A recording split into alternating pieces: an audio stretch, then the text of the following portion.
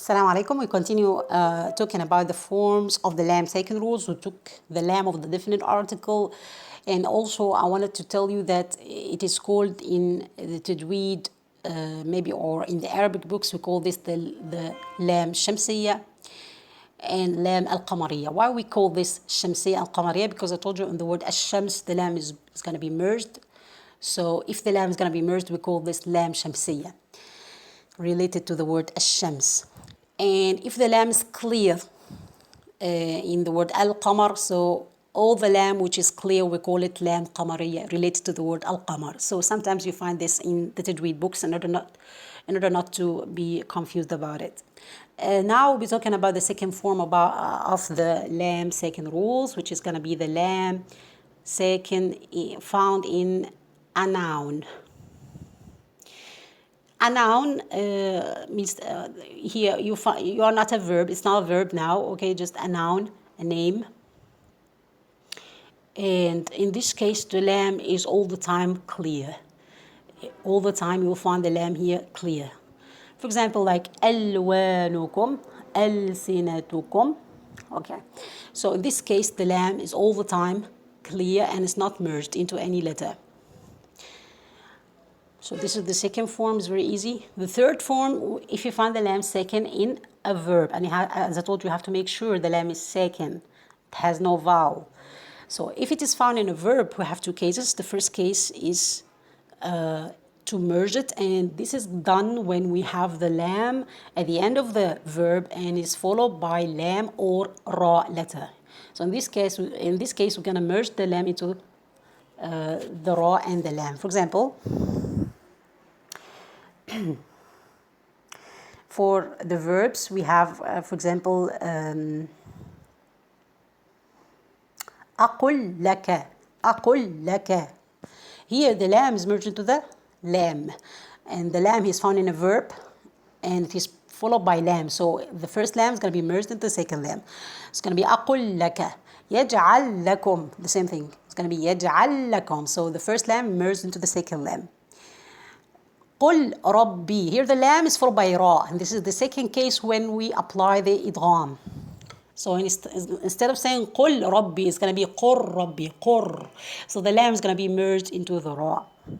So these are the cases when we merge the lam sakin if it is found in a verb into the letter coming after. If it is the lam coming after the lam and the ra coming after the lam. So in these cases, the lam is going to be merged into them. How about the rest of the letters? The rest of the letters is going to be clear lam. For the rest of the letters, except for the lam and the ra, so it's going to be a clear lam. So that's all. That's about the lam if it is found in a verb. And this is the third case of the lam sakin rules.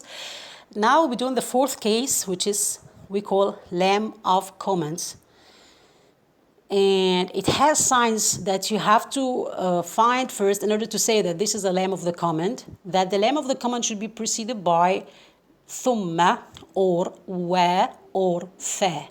I'll be giving you examples for that, like thumma liyaqdu, thumma liyaqdu. So the lam here, the lam of the comment, is on the word liyaqdu, thumma liyaqdu. It is preceded by thumma. So this is something you must find before to find thumma or wow or fa.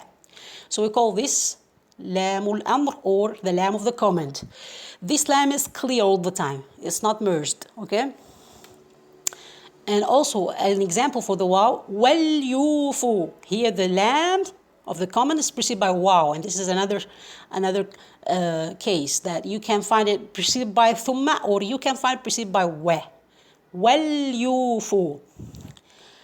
The third case to find preceded by fa, like فَلْيَنْظُرْ. Also in all of these cases we took for the lam of the comment, the lam is going to be clear. The lam is going to be clear. The last case, which is the lam when it is found in the participles. Like, and we have two of them for only in the Quran, which is bal and hal. Bal and hal. If you find bal and hal, it is going to take the same ruling for the lam found in the verb, if you remember. So it is going to be merged if it is followed by lam or ra, and it's going to be clear if it is not one of these letters. For example, بل رفعه. It's going to be بر رفعه. بر, because the lam of the participles is followed by ra. هل لك, so the lam is going to be merged into the lam also. Instead of saying هل لك, it's going to be هل لك, هل لك. So the first lam is merged with the second lam. So for the lam of participles, like bel and hal, in this case, you look to the letter coming after. If it is ra or lam, so you're going to merge it. If it is not, so you're going to make it clear, like hal ataka. Here, for example, hal ataka, the hamza is not of the lam and the ra, so the lam of hal is going to be clear and it's not going to be merged into the hamza. Hal ataka. But we have one exception we have to know about this, which is found in the word balrana. Here, this is an exception. We should not say barrana, okay? Because it's going to change the meaning. So, we are saying balrana. This is an exception. This is the only word you should not do this.